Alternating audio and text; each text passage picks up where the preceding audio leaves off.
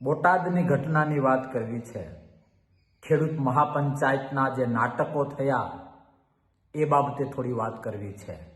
મારે એ કહેવું છે કે લોકશાહીના દુશ્મનો, તમે તમારા ચહેરાને ચમકાવવા માટે પરસેવો પાડીને પોતાનું ગુજરાન ચલાવનાર ખેડૂતોને ક્યાં સુધી ગુમરાહ કરશો? તમારા આજ સુધીના પ્રયત્નમાં ખેડૂતને 1 રૂપિયાનો ફાયદો થયો હોય તો એનો જવાબ ગુજરાતનો ખેડૂત માંગે છે। ક્યાં સુધી ઉલ્લુ બનાવશો? પરસેવો પાડે છે, મહેનત કરે છે। અરે સાહેબ, સેવા કરીને, મહેનત કરીને ચહેરો ચમકાવવાનો હોય, તમે માત્ર ચહેરો ચમકાવવાના ઉદ્દેશ સાથે ખેડૂતોને ઢાલ બનાવો છો। શાબાશ એ પોલીસને પકડીને ઢીબી નાખો। આવું ન હોય, આવી નેતાગીરી ન હોય। એ ખરાબ કહેવાથી બી સારો નથી થઈ જતો। એને ખરાબ કેવો હોય તો પેલા બી કેટલો સારો છે એ બતાવવું પડે। પંજાબમાં તમે શું કર્યું?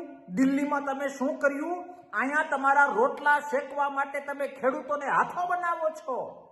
પરમિશન ના મળે તો જ્યાંથી પરમિશન મળતી હોય ત્યાં સામે ભૂખ હડતાલ ઉપર બેસી જવું પડે।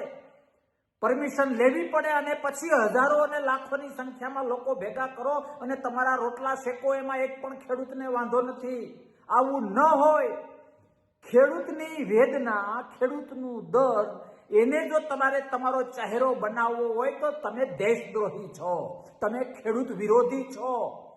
ખાલી પોતાના ફોટાઓ ચમકાવવા માટે, મીડિયામાં ધમધમાવવા માટે તમે ખેડૂતના ખભે બંદૂક ફોડો છો। ફરીથી પૂછું છું કે આજ સુધી તમે જે દેખાવો કર્યા, આજ સુધી જે ખેડૂતોની વાત કરી, એમાં ખેડૂતને 1 રૂપિયાનો ફાયદો થયો હોય તો મીડિયા સમક્ષ રજૂ કરો। શા માટે?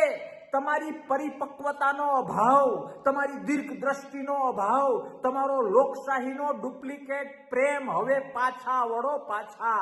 આમ ન હોય। તમારી પરિપક્વતાના અભાવને કારણે ખેડૂતોને હેરાન થવાનું। ખેડૂત કોઈની વેદના માટે થતા પ્રયત્નો કરવાના હોય, કોઈની વેદના ઉપર પોતાના રોટલા શેકવા એ ભારતની સંસ્કૃતિમાં નથી, ગુજરાતના ઇતિહાસમાં નથી। તમે તમારા રોટલા શેકવા માટે, તમારું રાજકારણ કરવા માટે રાત દિવસ મહેનત કરનારો, કુદરત તરફથી ક્યાંક ને ક્યાંક નુકસાન થાય, સરકારો તરફથી ક્યાંક ને ક્યાંક નુકસાન થાય, એ બધામાં તમે તમારા રોટલા જોવો છો, એમાં તમારા સ્વાર્થને તમે જોવો છો અને વાત ખેડૂત પ્રેમની વાત કરો છો। આવો હોય ખેડૂત પ્રેમ, પાછા વળો, પાછા। અનેક વખત મેં સમજાવ્યા છે કે રાજકારણ જે રીતે થતું હોય એ રીતે થાય। હું